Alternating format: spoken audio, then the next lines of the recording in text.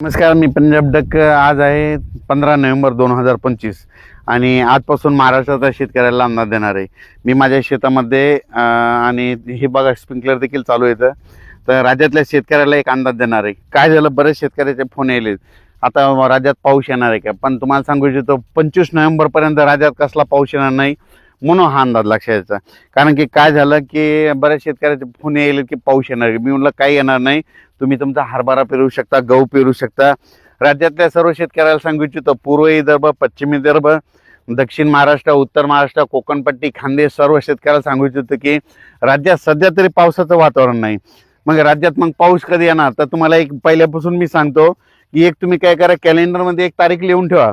दरवर्षी आपल्या महाराष्ट्रामध्ये 2 डिसेंबर ते 7 डिसेंबर 2, 3, 4, 5, 6, 7 डिसेंबरच्या दरम्यान दरवर्षी महाराष्ट्रात एक अवकाळी येणार। हे दरवर्षीचा वर्षानुवर्षाचा हे अंदाज कायमचा लिहून घ्या। पण राज्यात सध्या तरी नाही पाऊस। मग तुम्हाला सांगू इच्छितो काय होणार आहे, एक बंगालच्या खाडीमध्ये एक चक्रीवादळ आहे, ते काय होईल 27, 28, 29ला लँडफॉल होईल। लँडफॉल म्हणजे जमिनीच्या ते समुद्राच्या बाहेर निघेल, पण ते पाऊस मग एखाद्याच आपल्या महाराष्ट्राकडे काय होईल 29, 30, 31 आणि 1-2 डिसेंबरच्या दरम्यान ते मग काय होईल, महाराष्ट्राकडे ते पाऊस थोडाफार येऊ शकतो। आपल्याकडे थंडी म्हणून असं काही एवढा काही मोठा सध्या तरी पाऊस नाही म्हणून हा अंदाज सर्व शेतकऱ्यांनी लक्षात घ्यायचा। फक्त काय होणार, ते चक्रीवादळ येत असल्यामुळे ते चक्रीवादळ ते म्हणजे ते काय होईल, त्याचं थोडं आभाळ देखील येणार आहे। 28-29च्या नंतर राज्यामध्ये ढगाळ वातावरण राहील आणि त्याच्यानंतर जर आपल्या इकडली थंडी जर कमी झाली तर मग ते पाऊस आपल्याकडे येऊ शकतो। त्याचा अंदाज आपण सविस्तर देऊ, पण सध्या तरी 25 नोव्हेंबर पर्यंत कसला पाऊस नाही म्हणून हा अंदाज सर्व शेतकऱ्यांनी लक्षात घ्यायचा।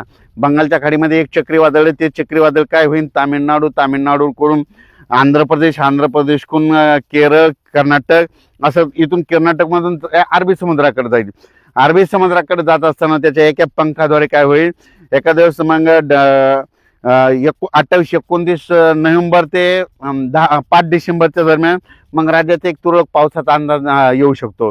असा खूप काय मोठा नाही पडणार, पण राज्यात मग ते पण पाऊस कुठं पडू शकतो, मग ते पडला तर मग तुम्हाला सांगू इच्छितो नांदेड जिल्हा, यवतमाळ जिल्हा, परभणी जिल्हा, हिंगोली जिल्हा, लातूर जिल्हा, सोलापूर जिल्हा, त्याच्यानंतर सांगली, सातारा, सोलापूर, कोल्हापूर, कर्नाटक, तेलंगणा, आंध्र प्रदेश त्या परिसरात होतो। पण असा सर्वदूर महाराष्ट्रामध्ये सध्या तरी आता वातावरण नाही म्हणून हा अंदाज लक्षात यायचा। राज्यातल्या सर्व शेतकऱ्याला सांगू इच्छितो, पूर्व विदर्भ, पश्चिम विदर्भ, दक्षिण महाराष्ट्र, उत्तर महाराष्ट्र, कोकणपट्टी, खानदेश सर्व शेतकऱ्याला सांगू इच्छितो की ज्यांचा हरभरा पेरायचा असेल तर त्यांनी पेरू शकता आणि त्याच्यानंतर गहू देखील पेरू शकता। थंडीचं वातावरण आहे। आणि तुम्हाला एक सांगू इच्छितो, बऱ्याच शेतकऱ्याला तर हे स्प्रिंकलर लावण्याचे कारण सांगतो की काय झालं की बऱ्याच शेतकऱ्याचे फोन आले मला की आम्ही हरभरा पेरले आणि काही ठिकाणी ओल नाही, तर मग पाणी द्यायला चालतंय का। पेरल्याच्या नंतर देखील थोडं द्यायचं, म्हणजे अर्धा 1 घंटा चालवायचं, ओलीला ओल गेलं की लगेच बंद करून द्यायचं। म्हणून हे तयारी म्हणून आम्ही हे सुरुवात म्हणून आपलं तयारी करून ठेवलेली, म्हणजे भविष्य आता हरभरा निघणार आहे त्याच्यामुळे हे निश्चित टेस्ट करून बघण्यासाठी आम्ही हे चालू केलेलं आहे, म्हणून हे तुम्हाला एक सांगू इच्छितो। त्याच्यानंतर राज्यात सांगायचं झालं तर आता 25 तारखेपर्यंत खूप थंडी राहणार आहे। 27-28च्या दरम्यान राज्यात ढगाळ वातावरण होणार आहे, म्हणून हे देखील अंदाज सर्व शेतकऱ्यांनी लक्षात येतात। फक्त राज्यात मात्र ते चक्रीवादळ आल्याच्या नंतर तेलंगणा, आपलं तामिळनाडू, आंध्र प्रदेश, केरळ, कर्नाटक त्या राज्यात मात्र चांगला पाऊस पडणार। त्या 4 राज्यात पाऊस पडत असल्यामुळे आपल्याकडे काय होईल, 28 ते 5 डिसेंबरच्या दरम्यान मग आपल्या इकडे थोडाफार पाऊस येऊ शकतो, त्याचा अंदाज आपण नंतर दिला जाईल। पण सध्या तरी 25 नोव्हेंबर पर्यंत कसलाही पाऊस नाही म्हणून हा अंदाज सर्व शेतकरी